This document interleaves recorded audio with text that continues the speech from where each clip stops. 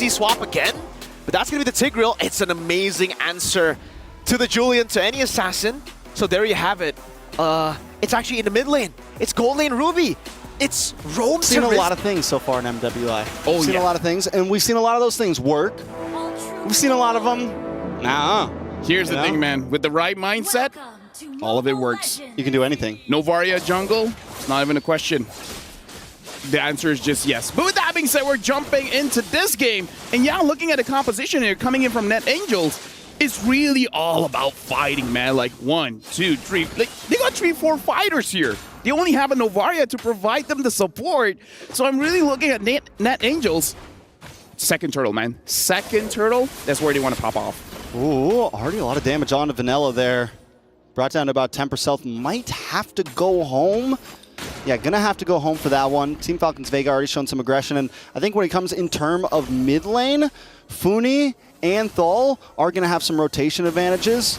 Ku, Cassie, you're gonna have a little bit of trouble. We did see, we saw the Phoveus back in MSC, and it did perform well against the right compositions. There are a lot of dashes here. As long as Cassie can get through this early game, get through this laning phase without taking any deaths, be able to get some farm in, there are definitely some possibilities for it. Let me just say, this is already like not great for Net Angels, because if you look at the draft, everything has priority, but they're not really having priority at this point because the Hayabusa is farming a little bit better compared to the Julian. Because again, look, you got fighters everywhere. You should be winning the lane, but it's not happening so far. So that power spike is not being used all that well just yet.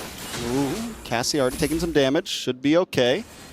Now, what I will say for Net Angels composition here, because it's all these fighters, you're going to have kind of this box around Ku here. Ku needs to be careful how far back she actually goes, because it's going to be the perfect target for melee. And if everyone else is diving forward and Ku's just sitting in the backside waiting to line up that meteor shot, Melee's going to have the perfect target to lock on. Also, another big thing that Net Angels need to watch out for when they do that big engage is the reaction from Thal and the reaction from Violet. You get caught by one bad implosion or one bad final slash, you're a little too grouped up, it could definitely spell death. With Thal already pushing away Halang there. Vanilla keeping a good position in front of this turtle, but Melee already gets first blood. Down goes Helene. Violet now trying to lock up. The implosion does lock onto Vanilla here. Vanilla not going to be able to even fight for this. At this point, they're just trying to get away, but no, Helene gets a nice enhanced chains, able to back off. Melee able to get the turtle. Penalty zone does lock in. Thal, Violet, Funi there as well, trying to lock onto Cassie. Demonic Force does proc, but Cassie as well just wants to get away. Ku looks for the meteor, isn't able to get the final hit on. Hey, good job on play by playing that one, because a lot was going on around the map. Like, it was very messy coming in, especially for Net Angels, where honestly this is the kind of draft where you almost just shut your brain off, you see someone and then you go for a fight. But looks like Team FALCONS VEGA, they roughly understand how to play with this kind of composition, because they just focus on one target, let possibly Melee to just get an advantage, get the kill, and now she has, honestly, like the Hayabusa having more farm and one kill here, it's not going to look good for Net Angels. Sakoshi looks for Thal there. Zamon's Force does drop, the implosion locks on, and Sakoshi might not be able to get away from this one. Jinja gonna be able to lock on, get one more Synchro Fission down, and gets the kill. Thal escapes with just a sliver of health. And this is something I'm a little worried about with Net Angels not having a marksman, right? Where does the damage come from? Is it gonna be Cassie? Is it Vanilla? Is it Ku? How do they even, like, when do they hit their power spike? When do they actually get online here? Honestly, it's going to be all on Vanilla. It really depends where the Vanilla wants to go for. Oh, hold on. Nice knock up. Hands chains, does lock on, and in comes Cassie with the Demonic Force. Not able to get another proc. Jinja able to just get away. And again, going back to Vanilla, it really depends on her itemization. If he goes for a Genius 1, then pretty early on that you can go for those fights. But if Vanilla, and I kind of want to suggest it, you go for a Holy Crystal, you're going to be the main damage dealer for this one, and your scaling is going to be a little bit much better because you're going to control the third turtle onwards. I think it's very fair, and I think there's a lot of possibilities. There is one good thing about Net Angels, they do have some CC here. And when they do get into the late game, Ku could become a problem, and Ku's staying safe at this point of time. We're seeing some of those snipe shots lock on. The damage isn't quite enough to get the finishing blow in. And even Sakoshi on the Ruby. We've seen Rubies actually start to pack a punch when the game gets going. So we'll see the possibilities. Team FALCONS VEGA don't want to just give up this second turtle so easily. Melee able to just come in, steal it with ease, but look at the implosion, look at the demonic force, the damage unloading on both teams. Vanilla is the first to drop, and now the demonic force continues to unload. Melee still fighting though, somehow pulls out safe with the triple kill, but Cassie doesn't let him go away freely. It's a 3-for-3 turtle over to Team Falcons Vega though. I mean, here's the thing that I said. Is the second turtle. This kind of lineup, you're waiting for the second turtle for you to really fight this one. If they were able to secure it, then it would have been much, much better. You can see how Thal, honestly, should have turned things around with that amazing implosion, but because this is a lineup that has a lot of ways to defend themselves, they don't really rely on someone else to give them the protection, makes it so that even if they get caught, it's still fine, as long as you have at least one item, which we saw Cassie got a little bit later. But again, now Cassie having that Clock of Destiny makes it so that Team Falcons Vega now will have a difficult time taking down Cassie. Looks like Vanilla is going for that Genius 1 route, so the damage is going to be there a little bit earlier. It's just that the burst isn't going to be there when you're starting to fight around the Lord. The fact that Cassie's now 2-0-1, could become, I mean, that could end up being one of their major damage dealers. You know, that Phobius could end up being a big problem. But look at the conceal play, walking on to Violet here. Violet going to be in a little bit of trouble, locked in by the implosion and taken out. Sakoshi goes down. They keep on getting those ganks into the boss side. Net Angels needs to find the answer to it. Teams Falcons Vega just out-rotating. Yeah, at this point, Sakoshi really needs to think about just being a little bit safer here because, again, even though she's not a marksman, you have this mentality as an EXP laner. You want to go for the trades, but it looks like Team Falcons Vega, they don't care if you're Ruby. They still see you as a marksman, and they're coming for you. But to be fair, comparing Ruby to maybe something like a Beatrix, you don't mind going 0, 3, and 3. She still has her War Axe during the fights. She's still very much usable. She has a lot of ways to deal damage, not through just pure damage, but sometimes even with just the crowd control, it helps out a lot. Very much. Now with third turtle up and Vanilla up in the top lane, Net Angels going to have to just give up this turtle. Up on the top side, though, Vanilla might be in a little bit of trouble. Final Slash able to connect. Simon's Force drops, and there goes the damage. Enhanced Change able to help him get away. Helene comes in with a penalty zone, but Melee doesn't want to let anyone escape freely. Shadow Kill does go off. Ku able to flicker away. Implosion locks on. The Demonic Force locks on as well. Coming down. Bang, bang, bang. Looking for more targets, but gets the shutdown. That's 2 for 1. Cassie doing everything she can right now, but it's still not enough. Can we talk about how fast Team Falcons Vega is moving around the map? They do look like Falcons, just going here, going there, finding these pickoffs, and is making it Net Angels. I was saying they're pretty tanky, but 1v3, when you're not moving, when all this crowd control is on you, looks like nothing much can be done. Looking at items here, looking like Terizla is going for the more tankier route, not going for that War Axe early. Kind of feel like he should have gone for that so that they have a little bit more damage in this kind of composition, because even the Phobius, the Clock of Destiny is the only magic item. Afterwards is going for that Dominance Eye. So yeah, the damage looks like it's going to only come from Vanilla unless they go for a War Axe soon. Yeah, Vanilla, I mean, the gold deficit's starting to get there. Same thing on the rest of the map. It's 5,000 for Team Falcons Vega. Cassie did pick up Clock of Destiny, picks up half of the Dominance Ice, so there's some possibilities there, but I think at this point, Net Angels might just need to start grouping up a bit more. We're seeing Vanilla kind of run these off lanes, trying to macro a little bit, but it's not going to be enough, and kind of like what we saw in the last series, even though it didn't work well from Xeno Lilies, you might just need to bide yourself a little time and look for that 5v5. I think their composition will work much better if everyone's together. Yeah, Trix, my friend, do you agree that for today, it looks like one of the major problems looking at most drafts is that they don't have enough damage, right? And it's an aggressive meta right now. It is an aggressive meta. And it looks like Team Falcons Vega, they're actually pulling around Net Angels because they're showing Hayabusa up top. It's like, hey, I'm here. You guys want to group up? You guys want to take me out? And then Chinchao just starts getting turrets everywhere. So Team Falcons Vega, they're pulling Net Angels around. It looks like Net Angels are the one getting netted. Yeah, they're the ones definitely getting controlled right now, being a bit more reactionary to just what Team Falcons Vega want them to do. And now with the Lord up, Team Falcons Vega with a strong box controlling this pit. So the Echo does come out, so nice vision over to the Net Angels. Maybe they can get a position on this Lord. I feel like they got to go for the pickoff as well, because if they try to fight for this Lord, Thal has a flicker, right? if the Tigreal has a flicker, it can go lights out very, very fast. So Net Angels, they got to take this calculatively. Like, they have to prepare to sacrifice one. Who's going to be the one sacrificed? I don't know, but right now, Cassie tries to come in, but look at the damage coming out.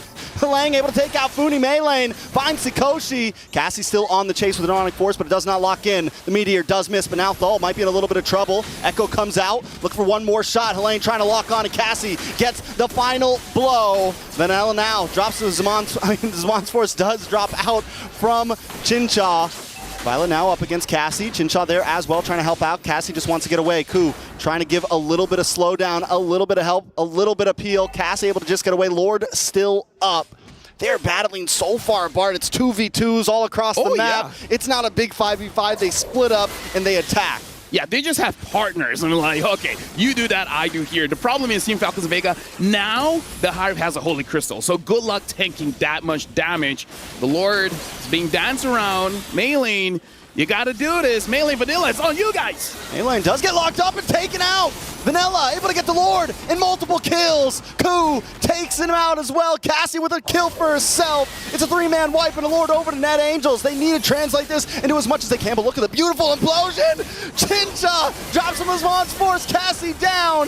Chincha, Thal, save the day, but still, Net Angels not done just yet. They lost Cassie, but 4 members still standing. They take the inhibitor. They move forward, and the Lord still coming up the top side. Team FALCONS VEGA push back into the base. Another tower drops. Sikoshi able to take it. Net Angels not slowing down. Dude, this draft here, again, having a lot of fighters, having one goal in mind, having the mindset of, I'm going to attack you as much as I can, and you're going to be the one to go down first. Vanilla now having the Holy Crystal, it's going to deal holy damage, because even Lane, the fact that Lane during that Lord fight got the War Axe, we got to talk about the timing there.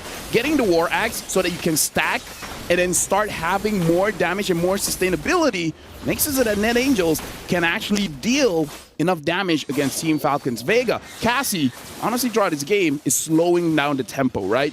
Cassie, before that, Violet. Violet maybe a little too deep. Demonic Force does get procced, maybe a little bit too early.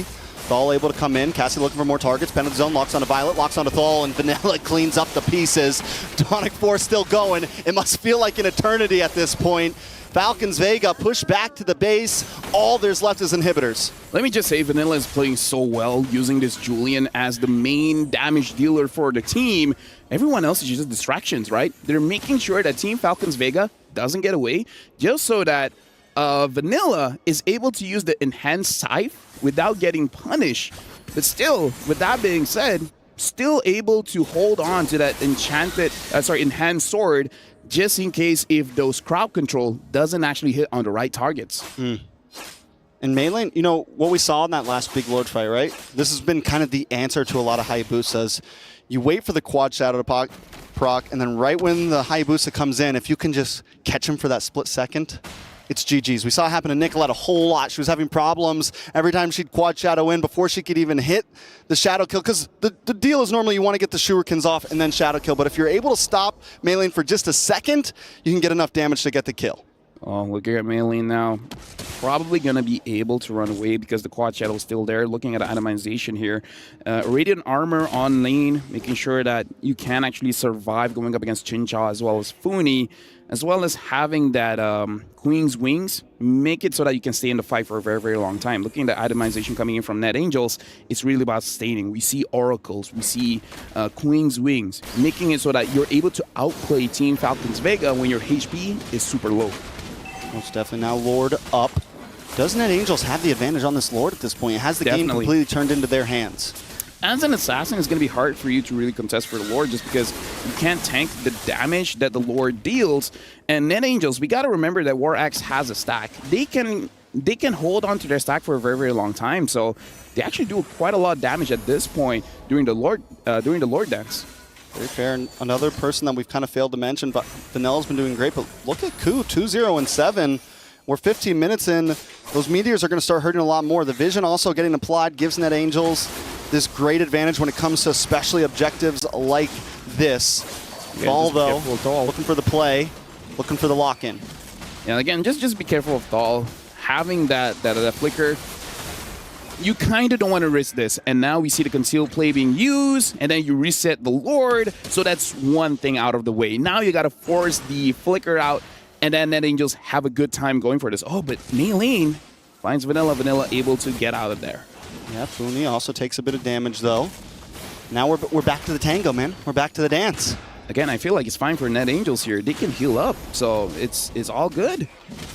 And they kind of have to do that because it's all about the trigger finger. Who's going to go first? Is it going to be Thal or is it going to be Net Angels here? Yeah. Helene also, I mean, it's got to be tempting when you see them all grouped in that jungle to pop the penalty zone, but the patience coming from Helene right now is going to be crucial. Same thing from Violet, looking for the final slash. But here comes the shadow kill onto Cuckoo, able to get away though using the flicker, and that is going to be a utility down.